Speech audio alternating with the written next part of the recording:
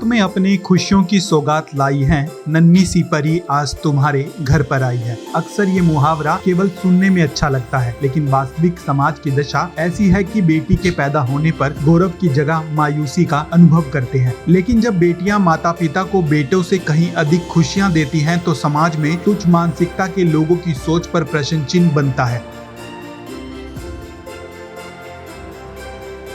एक ऐसा ही उदाहरण पेश किया है पानीपत के 4 बेटियों ने, जिन्होंने अपने माता पिता की 50वीं वर्षगांठ धूमधाम से मनाई, जिसमें शादी विवाह समारोह से कहीं बढ़ चढ़कर अपने नियर और डियर्स को बुलाकर गोल्डन जुबली का यह भव्य कार्यक्रम मनाया गया। इस कार्यक्रम का एक स्पष्ट संदेश समाज में गया कि बेटियां बेटों से कहीं अधिक माता पिता को समर्पित हैं।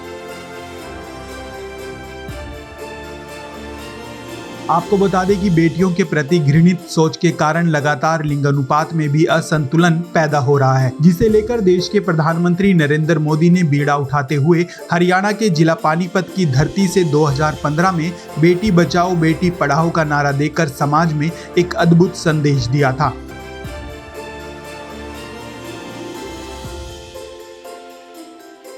आपको बता दें कि पानीपत के गांव नारा में जन्मे नारायण दास 4 बेटियों मंजू, श्वेता, शैलजा, साविका के पिता हैं, जो अपने आप को बेहद सौभाग्यशाली समझते हैं। उनका मानना है कि बेटे भाग्य से होते हैं, लेकिन बेटियां सौभाग्य वालों की होती हैं। नगर परिषद के पूर्व अकाउंटेंट नारायण दास फिलहाल तहसील टाउन पानीपत में रहते हैं और उनकी 4 बेटियां शादीशुदा हैं। अपने परिवारों की जिम्मेवारियां उठाने के साथ साथ ये बेटियां अपने माता पिता की भी खूब देखभाल करती हैं।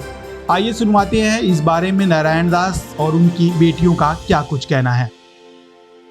देखिए, आज मुझे बहुत दिल से खुशी है कि हमने अपने मम्मी पापा की मैरिज एनिवर्सरी गोल्डन जुबली 50वीं वर्षगांठ मनाई है।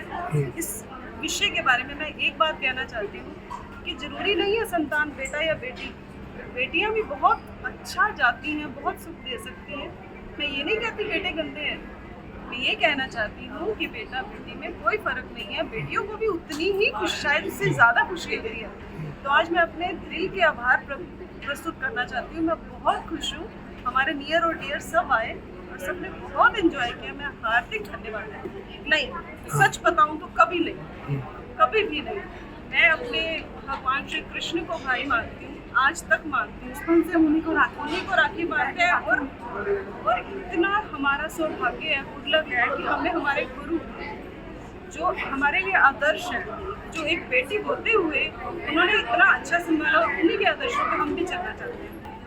देखिए, मैं बताना चाहूँगी, हम 4 बहनें हैं, पोस्ट ग्रेजुएट हैं, एमफिल है, बीएड है, सब हाई एजुकेटेड हैं। हमारे पेरेंट्स ने कभी ये नहीं सोचा कि ये बेटियाँ इनको एजुकेटेड ना किया जाए, इनको दूसरे घर जाना है, इनको ना पढ़ाया जाए, ऐसा कभी नहीं सोचा। उन्होंने खूब पढ़ाया, हमें खूब अच्छी शिक्षा दी, अच्छे संस्कार दिए, अच्छी शिक्षा दी, जो वो खुद है। खुश हो आप? We are proud to जब हम एग्जाम देने जाते थे तो वो हमारे लिए प्रे करते थे कि इनके मार्क्स अच्छे हैं, ये पेरेंट्स हैं। आज तक अगर हम कुछ नया काम करते हैं, चाहे वो हमारे साथ किसी समय नहीं भी हो सकते, हम मैरिड हैं, लेकिन उनका आशीर्वाद हमेशा हमारी को मौलिक सिद्धांतों को बताया। मेरा नाम शाविका है, मैं सबसे छोटी बेटी हूँ उनकी, मैं सबसे बड़ी, मेरा नाम मंजू है और मेरा सर्वाइवल ही मेरे पेरेंट्स की वजह से है। मेरा नाम श्वेता है, मेरा नाम शैलजा है। शुरू में मैं आपको बताना चाहता हूँ कि मैं ऐसे गांव नारा में उत्पन्न हुआ, पैदा हुआ, तो उसमें जो है ना, उसके बाद मैंने जो है ना गांव शहर में आगे विभाजन के बाद तो हमारे फादर मदर जो थे वो बहुत ही गरीब थे, तो उन्होंने अपना लालन पोषण बड़ा मुश्किल किया। हमने अपनी मेहनत से करके हायर एजुकेशन की, उसके बाद हम सर्विस में लग गए और यहाँ तक कि जो है ना, पहले मैं 1968 में एग्रीकल्चर डिपार्टमेंट में एज ए एग्रीकल्चर इंस्पेक्टर लगा।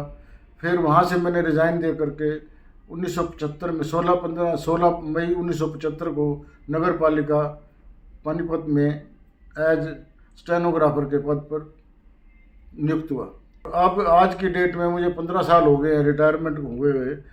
मेरे 4 बेटियां हैं जो कि बहुत ही हायर एजुकेशन में हैं। उन्होंने मेरे जीवन को सफल बनाने के लिए बेटी बचाओ बेटी पढ़ाओ के अभियान चलाते हुए मुझे इतनी ऊंचाई तक पहुंचा दिया कि मेरा जीवन सफल हो गया। और मैं आशा करता हूं कि मेरी बेटियों की उम्र मेरे से भी ज़्यादा अच्छी तरह उम्र हो और आज वो हायर एजुकेशन करके वो जो है ना, मेरी बड़ी लड़की इंग्लिश लेक्चरार है। तो इतने हायर एजुकेशन होते हुए भी उन्होंने कभी ये नहीं सोचा कि मेरे पिता ने हमारे साथ क्या किया क्या नहीं। मैं जीवन में कभी ये सोच नहीं सकता था, एक गांव से पैदा हुआ बच्चा और यहाँ तक पहुँचना उनके लिए गौरव की बात है। मैं एक दिन जब चौथी लड़की हुई तो मैं बहुत मतलब मायूस था। तो उसमें मेरे को माता पिता कहने लगे, बेटे आपको मायूस होने की ज़रूरत नहीं है, क्योंकि भगवान आपको इतना देगा, सिर्फ ये सच्चाई के रास्ते पर चलना, किसी से लड़ाई झगड़ा न करना और ना ही किसी से कोई फालतू बात करना। बहुत संतुष्ट हूँ। मैं उस भगवान का भी शुक्र अदा करना चाहता हूँ जिन्होंने मुझे ऐसी बेटियाँ दी हैं कि मुझे सिर गर्व से ऊपर होता है।